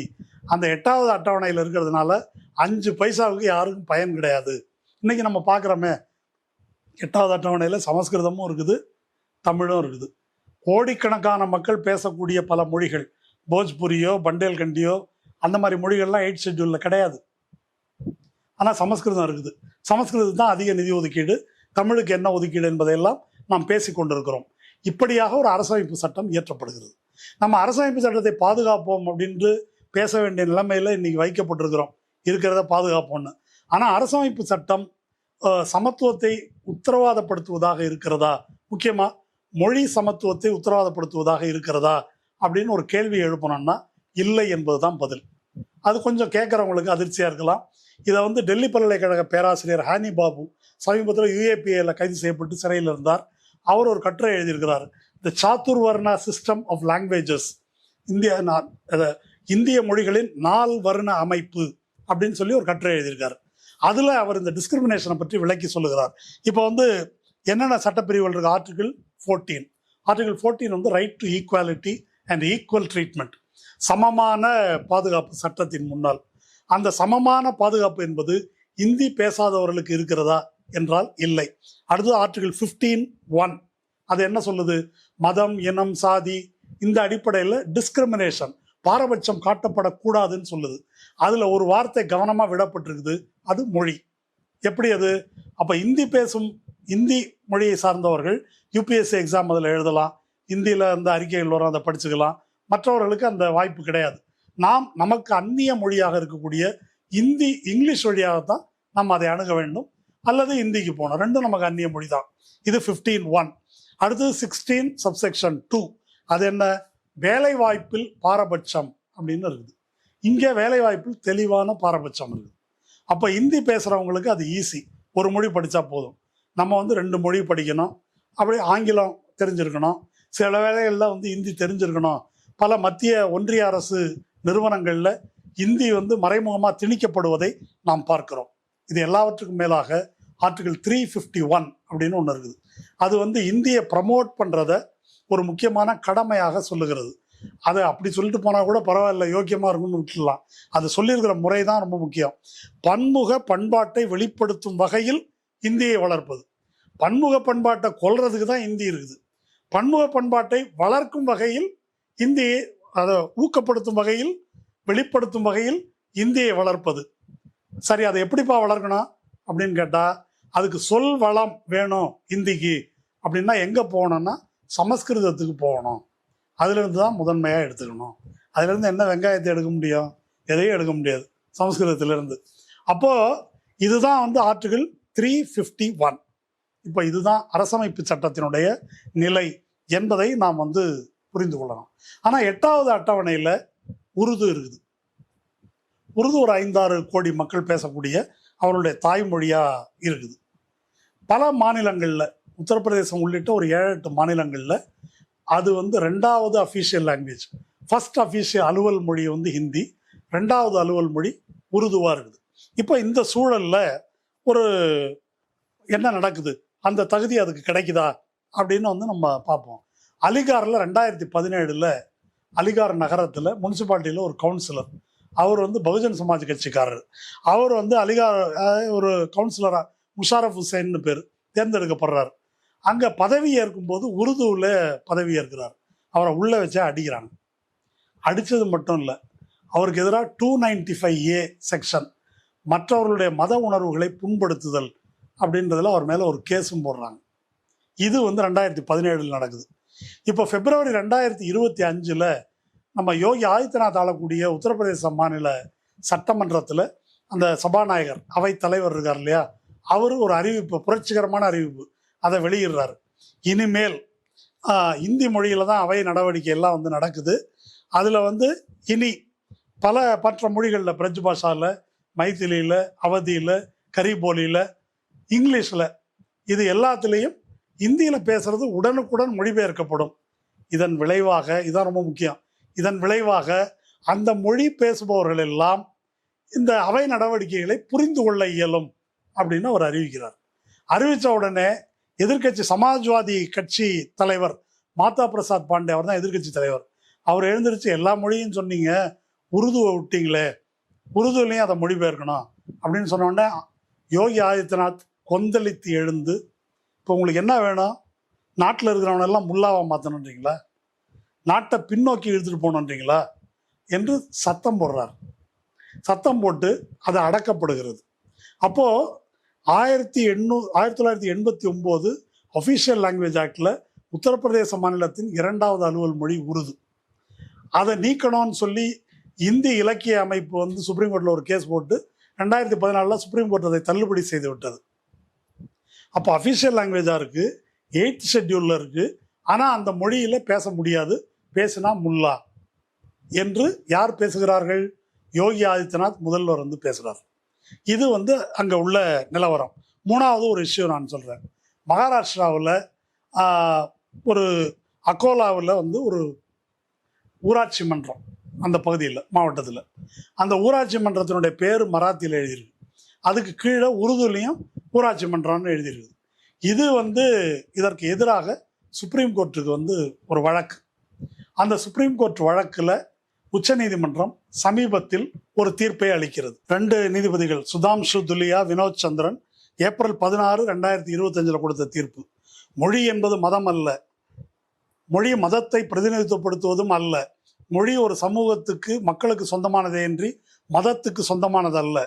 இதெல்லாம் சொல்லிட்டு உருது மொழி என்பது வடக்கு மத்திய இந்தியாவின் சமவெளி பகுதிகளில் தோன்றி வளர்ந்த இந்துஸ்தானி தெகசீஃப் என்று அழைக்கப்படும் பன்முக கலாச்சாரத்தின் தலை சிறந்த எடுத்துக்காட்டு. உருது அந்நிய மொழி அல்ல, இந்தியாவில் பிறந்து வளர்ந்த மொழி, கவிஞர்களின் மனதுக்கு இசைந்த மொழி. நாம் உருதுவை விமர்சிக்கும் போது இந்தியையும் விமர்சிக்கிறோம். இரண்டின் வரி வடிவங்களும் வேறாக இருக்கலாம், ஆனால் வரி வடிவம் மொழியை உருவாக்குவதில்லை. வாக்கியம், சொற்கள், ஒலியியல், இலக்கணம் ஆகியவற்றில் இரு மொழிகளும் ஒன்றுபடுகின்றன. இரு மொழிகளின் ஒன்றிணைவை இரு தரப்பிலும் உள்ள தூய்மைவாதிகள் தடுத்து விட்டனர். இந்தி சமஸ்கிருதமயமாக்கப்பட்டது அப்படின்னு சொல்லிட்டு 8வது அட்டவணையில் இருக்குது. இதெல்லாம் சொல்லிட்டு கடைசியா ஒரு வரி சொல்றாங்க. இந்தி இந்துக்களின் மொழி என்றும் உருது முஸ்லிம்களின் மொழி என்றும் கருதுவோர் நாட்டின் ஒருமைப்பாட்டுக்கு உலை வைக்கிறார்கள். உலை வைக்கிறது யாரு? யோகி ஆதித்யநாத், மோடி, இவங்கெல்லாம் உச்சநீதிமன்றம் தீர்ப்பில் சொல்லியிருக்கு. இப்போ இத்தனை நேரம் வரலாற்று ரீதியாக நான் விளக்கிய விவரங்களைத்தான் இந்த தீர்ப்பு சொல்லுகிறது என்பதை அதை நீங்கள் தெளிவாக புரிந்து கொள்ள முடியும். ஆனால் இப்போ இந்த தீர்ப்பை கொடுத்த நீதிபதியை விமர்சித்து வலதுசாரி அமைப்புகள் இருக்காங்க இல்லையா, அவங்க இந்த தீர்ப்பை விமர்சித்து எழுதிட்டு இருக்கிறாங்க. இந்த மாதிரி ஒரு கிறுக்குத்தனமாக கொடுத்துருக்காரு அப்படின்லாம் எழுதிட்டு இருக்கிறாங்க. அடுத்து இந்த இந்தியை திணிப்பதற்கு, அதை அலுவல் மொழி, தேசிய மொழி, இப்படி பலவிதமாக பேசுறதுக்கு அவங்க சொல்லக்கூடிய மிக முக்கியமான ஆர்குமெண்ட் என்னன்னா, இது பெரும்பான்மை மக்கள் பேசும் மொழி, இது பெரும்பான்மை மக்கள் பேசும் மொழியா. நான் சமீபத்தில் ஹிந்துவில் வந்த ஒரு கட்டுரை சொல்கிறேன். செப்டம்பர் 17, 2019 அவங்க என்ன சொல்கிறாங்கன்னாக்கா 26 விழுக்காட்டினர் தான் ஹிந்தி பேசுகிறவங்க அப்படின்றது இந்து கட்டுரை. அதை எப்போ 2011 சென்சஸ் அடிப்படையில் அந்த விளக்கத்தை சொல்கிறாங்க. அப்போ 26 விழுக்காட்டினர் ஹிந்தி பேசுகிறவங்கன்றதை இவங்க எப்படி மாற்றினாங்க என்பதை பற்றி சென்சஸ் கணக்கீடுகளில் 1960 சுமார் 30 விழுக்காடு இருந்த ஹிந்தி பேசுபவர்கள் அடுத்து 81 சென்சஸில் 40 எப்படி மாறிச்சு அப்படின்றத இதில் விளக்கி இருக்கிறேன். ஜிஎன் தேவி என்று ஒரு மொழியியல் வல்லுனர், அவர் விளக்குறாரு. கிட்டத்தட்ட ஒரு 7-8 மாநிலம், அந்த மாநிலங்களில் அந்த மக்களுடைய தாய்மொழி இந்தியே அல்ல.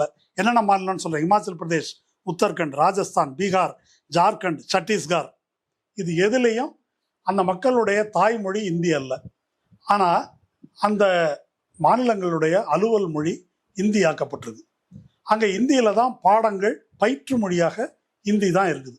இது எவ்வளோ பெரிய வன்முறை என்பதை நம்ம புரிந்து கொள்ளணும். இந்த மாநிலங்களில் மொழியெல்லாம் வேற வேற.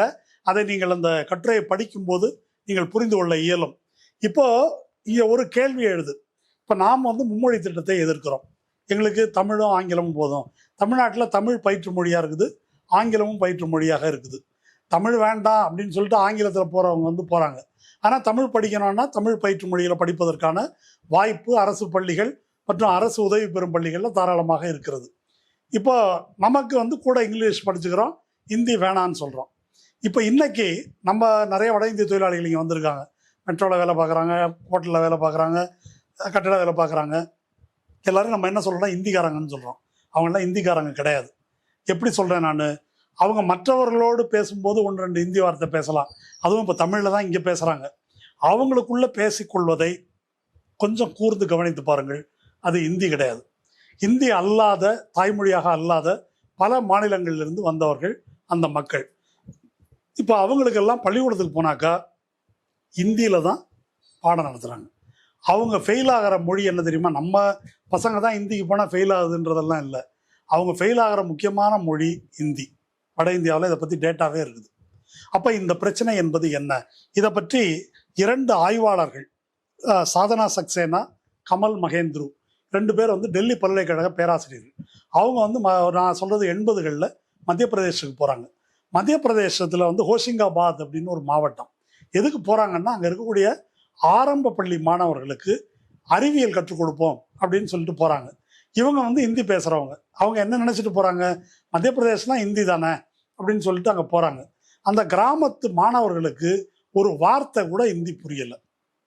இப்போ என்ன செய்யறது அப்படின்னாக்க ஆராய்ந்து பார்த்தால் அந்த ஏரியாவில் வழங்குற மொழிக்கு பேர் பண்டேல்கண்டி அப்படின்றது அந்த மொழியோட பேர். அப்போ என்ன செய்கிறாங்கன்னா, இது என்ன பிள்ளைகளுக்கு ஒன்றுமே புரியல, அதனால சயின்ஸ் புக்கை பூரா இந்தியிலேருந்து பண்டேல்கண்டி மொழிக்கு மொழிபெயர்ப்போம். நம்ம மொழிபெயர்த்து சொல்லி கொடுத்தாக்க பிள்ளைங்க நல்லா புரிஞ்சுக்கும் அப்படின்னு சொல்லிட்டு அந்த முயற்சியில் ஈடுபடுறாங்க. அப்போ கூட இருந்த பள்ளி ஆசிரியர்கள் இருக்காங்க இல்லையா, என்ன காரியம் செய்கிறீங்க, நாங்களே கஷ்டப்பட்டு அவங்கள திருத்தி இந்திக்கு கொண்டாந்துட்டு இருக்கிறோம், நீங்கள் திரும்ப காட்டுமிராண்டித்தனமாக அங்கே கொண்டு போய் விடுறீங்களா, அவங்க முன்னேறது உங்களுக்கு பொறுக்கலையா அப்படின்னு இவர்களிடம் சண்டைக்கு வருகிறார்கள். இவங்க கண் முன்னால் கண்ட இன்னொரு காட்சியையும் வந்து பார்க்குறாங்க. தலைமை ஆசிரியர் வந்து உங்கள் அப்பாவை கூட்டின்னு வா அப்படின்னு 2ஆம் வகுப்பு படிக்கிற பையனை ஒருத்தனை அனுப்புகிறார். அப்பாவை கூட்டின்னு வரான். அப்பா கிட்ட தலைமை ஆசிரியர் சொல்கிறாரு, உங்கள் பையனால் இங்கே இருக்கிற பிள்ளைங்கள்லாம் கெட்டு போகிறாங்க. பையன் என்ன செய்யறதா, பீடி சிகரெட் குடிக்கிறானா, இல்லை கெட்ட வார்த்தை பேசுகிறானா, பண்டேல்கண்டியில் பேசுகிறான். உங்களெல்லாம் திருத்துறதுக்கு தான் இங்கே பள்ளிக்கூடமே வச்சுருக்குறோம். இங்கே வந்து அப்படி பேசினா மற்ற பையங்களும் கெட்டு போக மாட்டாங்க. வீட்டில் ஒழுக்கமாக இருக்கிறதுக்கு நீங்கள் கற்றுக் கொடுக்க மாட்டீங்களா? எப்படி கற்றுக் கொடுப்பாரு? அவருக்கே ஹிந்தி தெரியாது, அவருக்கு பண்டேல்கண்டி தான் தெரியும். அப்போ ஒரு மொழியையே, இப்போ நம்ம ஊரில் இங்கே சொல்கிறாங்க இல்லையா, ஆதிக்க சாதியினர் சேரி பாஷை அப்படின்றாங்கல்ல, அந்த மாதிரி அந்த மொழியை தனிமைப்படுத்துகிற ஒரு காட்சி, அதை வந்து விவரிக்கிறாங்க. நிறையா நம்ம சொல்லிட்டு போகலாம். இப்போது மத்திய பிரதேஷ் மாநிலம் இந்தி மாநிலம் அப்படின்னு தான் நம்ம நினச்சிட்டு இருக்கிறோம். அவங்க வந்து ஒரு பட்டியல் போட்டு சொல்கிறாங்க பாருங்க. அங்கே வந்து பண்டேல்கண்டி, பாகேல்கண்டி, சத்தீஸ்கரி, மால்வி, நிமாடி, இப்படி 5 ஜோன் இருக்குது. ஒவ்வொரு ஜோன்லேயும் சில மாவட்டங்கள் இருக்குது. அங்கே பேசுகிற மொழி அதுதான். இது இல்லாமல் பழங்குடிகள் பேசுறது கோண்டி, கோர்க், ஓரே, பில், பிலாலி, சில இடங்களில் தெலுங்கு. இத்தனை மொழிகள் தாய்மொழிகளாக உள்ளவங்கள அந்த பசங்களை கூட்டின்னு வந்து இந்தியில் சொல்லி கொடுத்தாக்கா அங்கே ட்ராப் அவுட், பள்ளியிலிருந்து விலகுவது அதிகமாகாமல் என்ன நடக்கும்? இன்னைக்கு இத்தனை கோடிக்கணக்கான மக்கள் வட இந்தியாவிலிருந்து புலம்பெயர் தொழிலாளர்களாக தென் மாநிலங்களை நோக்கி வருகிறார்கள் என்று சொன்னால், இந்த கல்வியின் கொடுமை தாங்காமே பாதி பேர் வெளியே வந்துடுறாங்க படிக்க முடியாமல். இப்போ நீங்கள் நம்ம பிள்ளைங்க எல்லாரையும் கொண்டு போய் இங்கிலீஷ் மீடியம் தான் முதல்ல உனக்கு அப்படின்னு கிராமப்புறத்து மாணவர்களை கொண்டு போய் சேர்த்தால் எப்படி அவங்க பிச்சுட்டு வெளியே ஓடி போயிடுவாங்களோ அதுபோலத்தான் அங்கே நடந்து கொண்டிருக்கிறது. அப்போது இந்த இந்த ஹிந்தி திணிப்பு என்பது தமிழர்கள் மீது நடக்கின்ற ஒரு ஒடுக்குமுறை மட்டுமல்ல, இந்தி பேசாத, இந்தி பேசும் மாநிலங்கள் என்று கருதப்படுகின்ற பல வட இந்திய மாநிலங்களில் நிகழ்த்தப்படும் ஒடுக்குமுறை. இதைத்தான் முதல்வர் தன்னுடைய கடிதத்தில் வந்து குறிப்பிட்டார். 25 மொழிகள் அழிக்கப்பட்டிருக்குது, அடக்குமுறை ஏவப்பட்டிருக்குதுன்னு சொன்னார். இப்போ இது பற்றி சில அறிவியல் உண்மையை நம்ம வந்து புரிஞ்சுக்கணும். ஏன் தாய்மொழியில் கற்பிக்கணும் அப்படின்னு சொன்னால் நம்ம பொதுவாக எப்படி புரிஞ்சுக்கிறோம்னாக்கா, தாய்மொழியை கேட்டு தானே, தாயின் மொழியை கேட்டு தானே பிள்ளை வளர்கிறது. வீட்டில் குடும்பத்தில் அந்த மொழியை தானே பேசுகிறாங்க. சொந்தக்காரம் போனவங்க வந்தவங்க, குழந்தை பள்ளிக்கூடத்துக்கு போகிறதுக்கு முன்னாலே 5 வயசு வரைக்கும் அது காதில் விடுற மொழி வந்து இதுதான், அதில் பயிற்றுவித்தால் தானே அப்படின்னு சொன்னால் அது மட்டும் அல்ல. இத்தாலியில் பதோவா பல்கலைக்கழகம் என்று ஒரு தொன்மையான பல்கலைக்கழகம் இருக்குது. அங்கே ஒரு ரிசர்ச் பண்ணி ஒரு 2 வருஷத்துக்கு முன்னால் ஒரு ஆய்வு வெளியிட்டிருக்கிறாங்க. என்ன பண்ணாங்கன்னாக்கா, பிரான்ஸ் தேசம், இத்தாலி, ஸ்பெயின், இப்படி பல தேசங்களை சேர்ந்த குழந்தைகள் பிறந்து 1 நாள்லேருந்து 5 நாள் அந்த குழந்தைகள் வந்து தொட்டிலில் படுக்க வச்சுட்டு அந்த குழந்தைகளுக்கு முன்னால் பிரெஞ்சு மொழி, ஸ்பானிஷ், இத்தாலி இந்த மொழி சொற்களை எல்லாம் ஒலிக்க வைக்கிறாங்க, ப்ளே பண்ணுறாங்க. ப்ளே பண்ணிவிட்டு அந்த குழந்தைகளுடைய பிரெயின் வந்து அதுக்கு எப்படி ரியாக்ட் பண்ணுது என்று அதை கனெக்ட் பண்ணி அப்சர்வ் பண்ணுறாங்க கம்ப்யூட்டரில். அப்சர்வ் பண்ணும்போது ஃப்ரெஞ்சு குழந்தைகளுக்கு ஃப்ரெஞ்சு மொழியில் பேசும்போது தான் அந்த மூளையினுடைய நரம்பு அதிர்வுகள் மிக அதிகமாக இருக்கிறத வந்து அப்சர்வ் பண்ணுறாங்க.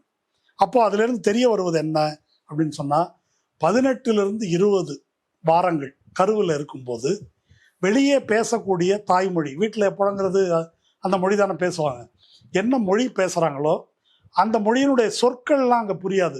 மூளை அப்போ தான் உருவாகிட்டு இருக்குது. அப்படி உருவாகிட்டு இருக்கும்போதே அந்த மொழியினுடைய மெலடி அண்ட் ரிதம், அந்த மெலடி அண்ட் ரிதம்னா என்ன, அந்த மொழியினுடைய இசைத்தன்மையும் தாள லயமும் அது வந்து இந்த பிரெயினில் பதிவாகுது. இப்போ நம்ம வந்து ஆங்கிலம் பேசுனாக்க தமிழ் பேசுகிற முறையில் பேசுவோம். இந்திக்காரங்க இந்தி மாதிரி பேசுவாங்க ஆங்கிலத்தை. நீங்கள் தூரத்தில் பேசுனா சவுண்டு மட்டும் கேட்டால் அது ஹிந்தி பேசுகிற மாதிரி தான் இருக்கும். அல்லது தொலைக்காட்சி சேனல்களில் நீங்கள் பார்க்கலாம். அதுதான் மெலடி அண்ட் ரிதம் என்பது. அப்போ அங்கேயே பதிவாகிறது. அதனால தான் அந்த குழந்தைகளுக்கு தாய்மொழியை கற்றுக்கொள்வது எளிதாக இருக்கிறது என்பது அறிவியல் ரீதியான முடிவு.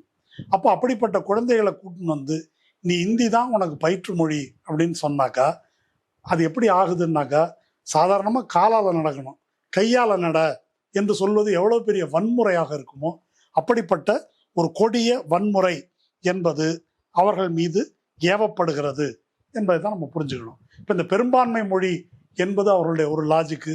இன்னொன்று, நம்ம கமலஹாசன் பேசினதை ஒட்டி ஒரு பஞ்சாயத்தாச்சு கர்நாடகாவில், தமிழிலிருந்து பிறந்தது அப்படின்னு அவர் சொல்லிட்டாரு. அப்போ அங்கே ஒரு கன்னட எழுத்தாளர் அவர் ஒரு கட்டுரை எழுதியிருந்தார். இப்போ சாகித்ய அகாடமி, கன்னட சாகித்ய அகாடமி கன்னட மொழி எழுத்துக்காக வாங்கினவர், அவர் இப்போ பேசியிருக்கிறாரு கன்னடம் சமஸ்கிருதத்திலிருந்து பிறந்ததுன்னு. அதுக்கு உனக்கு கோபம் வரல, இதை சொன்னதுக்கான கோபம் வந்துச்சு என்று அவர் எழுதியிருக்கிறார். அப்போ எல்லா மொழிகளும் சமஸ்கிருதத்திலிருந்து பிறந்தன என்பது ஒரு இவங்களுடைய சங்கிகளுடைய நம்பிக்கை. ஒரு முக்கியமான ஒரு ஆள் இருக்கிறார், அவர் பேர் சொல்கிறேன், அவர் சிவபிரசாத் சுக்லா. அவர் ராஜ்யசபாவில் 2020 0 ஹவரில் ஒரு தீர்மானம் கொண்டு வர்றார். இந்தியாவில் இருக்கக்கூடிய எல்லா மொழிகளுடைய வரி வடிவத்தையும் தேவநாகரிக்கு மாற்றணும். எப்படி 1900 உருதுவோட தேவநாகரியும் இருக்கட்டும் அப்படின்னு ஆரம்பித்தாங்க. ஒட்டகம் உள்ள நுழையுது அப்போ தான். இப்போ என்ன சொல்கிறாங்கன்னா, தமிழ், தெலுங்கு, மலையாளம் எல்லா வரி வடிவத்தையும் தேவநாகரியில் மாற்றிடணும். ஏன் அப்படி சொல்கிற? சமஸ்கிருதம் தானங்க எல்லாத்துக்கும் அடிப்படை. அதனால் ஒரே வரி வடிவத்தில் மாற்றிட்டாக்க ஒருமைப்பாடு இன்னும் டைட்டாக ஒருமைப்பாடு இருக்கும்ல என்று அவர் பேசுகிறார். சரி, ஒரு எம்பி அப்படி பேசினார்னா, இப்போ பார்த்தேன் கொஞ்ச நாள் முன்னால் அவரை இமாச்சல் பிரதேஷுக்கு கவர்னர் ஆக்கிட்டாங்க. கவர்னர் ஆக்கிட்டு அவர் எங்கே பேசுகிறாரு தெரியுமா? Indian institute of advanced studies அதில் போய் இதே கருத்தை பேசுகிறார். இதே கருத்து என்ன? எல்லாரையும் தேவநாகரியாக மாற்றிடணும் என்று பேசுகிறார். இப்படி பேசுவதற்கு அவர்கள் சொல்லுகின்ற அடிப்படை லாஜிக், எல்லா மொழியும் சமஸ்கிருதத்திலிருந்து பிறந்தது. அது அப்பட்டமான பொய். இந்திய மொழி குடும்பங்களை பிரிச்சாக்கா Indo Aryan, Dravidian, Austro Asiatic, Tibeto Burman, Nicobarese, இப்படி 5 மொழி குடும்பங்கள் இந்தியாவில் இருக்குது. இந்த மாதிரி ஒரு பன்முகத்தன்மை வாய்ந்தது உலகத்தில் எந்த நாடும் கிடையாது. அப்படி மொழிகள் இருக்கக்கூடிய ஒரு இடத்துல ஒரே மொழி என்று திணிப்பது என்பது எவ்வளோ பெரிய வன்முறை. அது தமிழர்கள் மீது திணிக்கப்படுவது மட்டுமல்ல, எல்லார் இடத்துலையும் திணிக்கப்படுவது. இந்த மொழி பிரச்சனையை பற்றி பேசும்போது இதை மொழி பிரச்சனை நம்ம சொல்கிறோம். மொழி பிரச்சனை என்பது ஒரே நேரத்தில் வர்க்க பிரச்சனையாக இருக்குது, சாதி பிரச்சனையாக இருக்குது, இனப்பிரச்சனையாக இருக்குது, மாநில உரிமை பிரச்சனையாக இருக்குது, மத பிரச்சனையாகவும் இருக்குது ஒரே நேரத்தில். இதை இந்த இன, மொழி, மத ஒடுக்குமுறை அப்படின்னு தலைப்பு கொடுத்துருக்காங்க இல்லையா, அதை இந்த வரலாற்றிலிருந்து நாம் புரிந்து கொள்ள முடியும். அப்போது இந்த ஒடுக்குமுறைக்கு எதிராகத்தான் தமிழ்நாடு குரல் கொடுத்து வருகிறது. இப்போ இயல்பாக ஒரு கேள்வி எழும், ஏங்க இவ்வளோ கஷ்டப்பட்டு தமிழ்நாட்டில் 30களிலிருந்து இந்திய எதிர்ப்பு போராட்டம், அப்புறம் 60களில் இந்திய எதிர்ப்பு போராட்டம், ஏராளமான உயிர் தியாகங்கள் இங்கே நடந்திருக்குது, ஏன் மிச்ச பேர்லாம் அந்த மாதிரி போராடலை? பால் பிராஸ் என்பவர் இதை பற்றி ஆய்வு செஞ்சிருக்காரு. அவர் ஒரு முக்கியமான காரணம் சொல்றாரு. இந்த குறிப்பிட்ட காலகட்டம், நான் சொல்லக்கூடிய 20ஆம் நூற்றாண்டின் ஆரம்பம், 19ஆம் நூற்றாண்டின் பிற்பகுதியில் எல்லாம் எழுத்தறிவு பெற்றவர்களுடைய எண்ணிக்கையே 3 விழுக்காடு தான். அப்போ அந்த 3 விழுக்காடு யாரா இருப்பாங்க? ஓபிசி, எஸ்சியாவா இருப்பாங்க? இல்லை, ஆதிக்க சாதியினராக தான் இருப்பாங்க. எங்கே ஆதிக்க சாதியினர் மொழி உரிமைக்காக மற்ற மக்களை தங்கள் பின்னால் திரட்டி கொண்டு போராடினார்களோ அங்கதான் இது நடந்திருக்குது. மற்ற இடங்கள்ல நடக்கல. இந்த மைத்திலி, கரிபோலி, அவதி, இப்படி பல மொழி குடும்பங்கள் இருந்தாலும் அதுல இருக்கக்கூடிய உயர்தட்டு வர்க்கத்தினர் மக்களை திரட்டி அப்படிப்பட்ட முயற்சியில இறங்கல என்பதை பால்பிராஸ் சொல்றாரு. அந்த உயர்தட்டு வர்க்கத்தினர் என்ன வேலையை பார்த்தாங்க அப்படின்றதான் இங்க நம்ம இத்தனை நேரம் பார்த்தோம். தமிழ்நாட்டை போல வேற 2 இடத்துல, பஞ்சாப்ல அது மாதிரி மொழிக்கு போராடி இருக்காங்க. பஞ்சாப்ல ஏன் போராடினாங்கன்னா, பஞ்சாப் மக்களுடைய மொழி பஞ்சாபி மொழி. அங்கே சீக்கியர்களும் இருக்கிறாங்க, இந்துக்களும் இருக்கிறாங்க.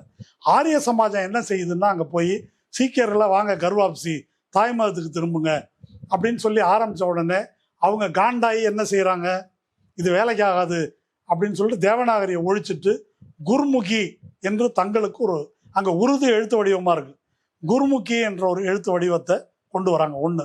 அடுத்தது, பஞ்சாபி மொழி பேசுவோருக்கு பஞ்சாப் தனி மாநிலம் வேணும் என்ற கோரிக்கையை வைக்கிறாங்க. அங்கே இருக்கக்கூடிய இந்துக்கள் அதை எதிர்க்கிறார்கள்.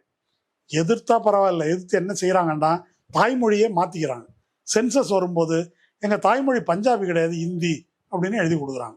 இப்படி எழுதி கொடுத்ததன் விளைவாக ஒரு சீக்கிய இந்து பகைமை உருவாகுது. பின்னாளில் காலிஸ்தான் கோரிக்கை உருவாவதற்கெல்லாம் அது ஒரு அடிப்படையாக இருக்குது. அப்போ பஞ்சாபில் ஒரே நேரத்தில் மத ஒடுக்குமுறையும் மொழி ஒடுக்குமுறையும் நிகழ்வதால் அதை எதிர்த்து அவங்க போராடுறாங்க. உருது எடுத்துக்கிட்டா இதை முஸ்லீம் மொழி என்று முத்திரை குத்தி விட்டதால் இஸ்லாமியர்கள் உருதுக்கு போராடுறாங்க.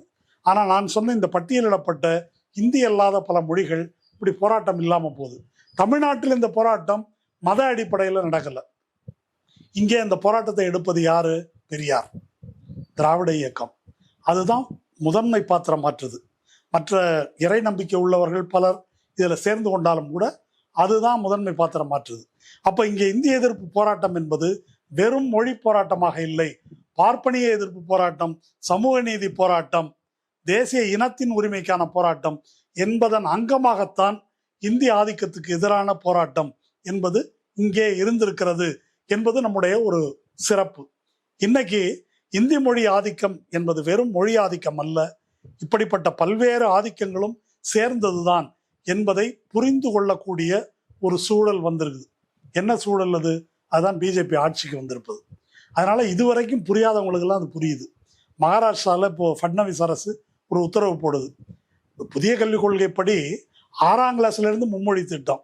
ஃபட்னவிஸ் அரசு என்ன உத்தரவு போட்டாங்கன்னா 1ஆம் கிளாஸ்லேருந்து மும்மொழி திட்டம், இந்தி கட்டாயம் என்று போட்டவுடன் அந்த இதுக்காக போடப்பட்ட கமிட்டிக்காரங்களே அதை எதிர்ப்பு தெரிவித்து மராத்தியின் மீது இந்தி ஆதிக்கம் செலுத்துவதா என்று கடுமையான எதிர்ப்பு வந்த உடனே அவங்க பின்வாங்கி இருக்கிறார்கள். அப்போ இது விரல் நுழைய இடம் கொடுத்தால் எங்கே நுழைவார்கள் என்பதற்கு மகாராஷ்டிராவில் நடந்திருக்கக்கூடிய இந்த அனுபவம் ஒரு எடுத்துக்காட்டு. அப்போ பெரும்பான்மையின் மொழி என்ற பெயரிலோ என்ன பெயரில் இந்த மொழி திணிக்கப்பட்டாலும் அதை நாம் எதிர்க்க வேண்டும் என்பதுதான் ஜனநாயகவாதிகள், கம்யூனிஸ்டுகள் அவங்களுடைய நிலைப்பாடாக இருக்கணும். ரஷ்யாவில் லெனின் புரட்சி செய்த பிறகு அப்போ என்ன சொல்கிறாங்க, உங்களுக்கு தெரியும் சோவியத் ஒன்றியத்தில் பல தேசிய இனங்கள். அப்போ ரஷ்யன் தான் அங்கே தான் புரட்சி நடக்குது. அப்போ ரஷ்யாவை சேர்ந்தவர்களே என்ன சொல்கிறாங்கன்னாக்கா, நம்ம எல்லாருமே ரஷ்யா கற்றுக்கிட்டாங்க நல்லது தானே அப்படின்னு சொல்லும்போது லெனின் ஒன்று சொல்கிறாரு, நீங்கள் எல்லாரையும் சொர்க்கத்துக்கு அனுப்ப விரும்புகிறீர்கள், சாட்டையால் அடித்து சொர்க்கத்துக்கு அனுப்பாதீங்க அப்படின்னு சொல்கிறாரு. அப்போ மொழியை அது எவ்வளோதான் நல்லதுன்னாலும் அது எந்த மொழியாக இருந்தாலும் அதை திணிக்கக்கூடாது என்பது ஒரு விஷயம். அதை புரிந்து கொள்ள வேண்டும். இறுதியாக அமெரிக்காவை காலனி ஆதிக்கம் செய்த ஐரோப்பியர்கள் அங்கே அந்த பழங்குடி மக்கள், அந்த மண்ணின் மைந்தர்கள், செவ்விந்தியர்களை வேட்டையாடி கொலை செய்கிறாங்க. அதை எதிர்த்து செவ்விந்தியர்கள் போராடுறாங்க. நம்ம ஊரில் மருது, வீரபாண்டிய கட்டபொம்மன் இவங்கெல்லாம் பிடிச்சிட்டு போய் நிறுத்தின மாதிரி அந்த ஊரில் ஒரு செவ்விந்திய தலைவனை கொண்டு போய் தூக்கு மேடையில் நிறுத்துறாங்க. தூக்கு மேடையில் நிறுத்திட்டாக்க கடைசியில் தூக்கில் போடுறதுக்கு முன்னால் ஜபம் பண்ணுவாங்க. அதுக்கு ஒரு பாதிரியாரை கூடவே கொண்டு வந்திருக்கிறாங்க. அந்த பாதிரியார் என்ன சொல்கிறாரு அந்த செவ்விந்திய குழு தலைவர்கிட்ட, இப்போது மனம் திரும்பு. எதுக்குங்க? மனம் திரும்பினீங்கன்னா செத்த பிறகு சொர்க்கத்துக்கு போவீங்க அப்படின்னு பாதிரியார் அந்த செவ்விந்திய தலைவர் என்ன சொல்கிறார். அந்த செவ்விந்தியர் தன்னை கொடுமைப்படுத்திய, நரவேட்டையாடிய அந்த வெள்ளைக்கார அதிகாரிகள்லாம் நிற்கிறாங்க. சரி, நீங்கள் சொல்கிறபடி நான் சொர்க்கத்துக்கு போவேன், இவங்கெல்லாம் எங்கே போவாங்க? இல்லை, அவங்கெல்லாம் இயேசுவை நம்புகிறாங்க, அவங்க எப்படி சொர்க்கத்துக்கு போவாங்க? அப்போ நான் நரகத்துக்கே போகிறேன்றார் அவர். அதுபோல் இந்த 10,000 கோடி கொடுத்தாலும் நீ சமகர சிக்ஷா அபியான் பணம் கொடுக்காதது மட்டும் இல்லை, எக்ஸ்ட்ராவாக 10,000 கோடி சேர்த்து கொடுத்தாலும் இந்தி திணிப்பை அனுமதிக்க மாட்டோம் என்று நம்முடைய முதல்வர் அறிவித்திருப்பது ஏறத்தாழ அந்த செவ்விந்திய குழு தலைவனுடைய ஸ்டேட்மெண்ட், அறிக்கைக்கு ஒப்பானது. நாம் செய்ய வேண்டியது என்னவென்றால் இந்த புரிதலை தமிழ்நாட்டு மக்களுக்கு ஏற்படுத்த வேண்டும். இதெல்லாம் ஏற்கனவே தமிழ் மக்களுக்கு இருக்குது என்று நாம் நினைத்து கொண்டிருந்தால் மிகப்பெரிய தவறு செய்தவர்களாக ஆவோம். தமிழ் மக்களுக்கு புரிய வைக்கணும். வட இந்தியாவில் இருக்கக்கூடிய இப்படி இந்தியால் ஒடுக்கப்பட்ட எல்லா தேசிய இன மக்களுக்கும் இதை புரிய வைக்க வேண்டும் என்பதை நாம் ஒரு கடமையாக ஏற்று செயல்பட வேண்டும் என்று கூறி முடிக்கிறேன். நன்றி.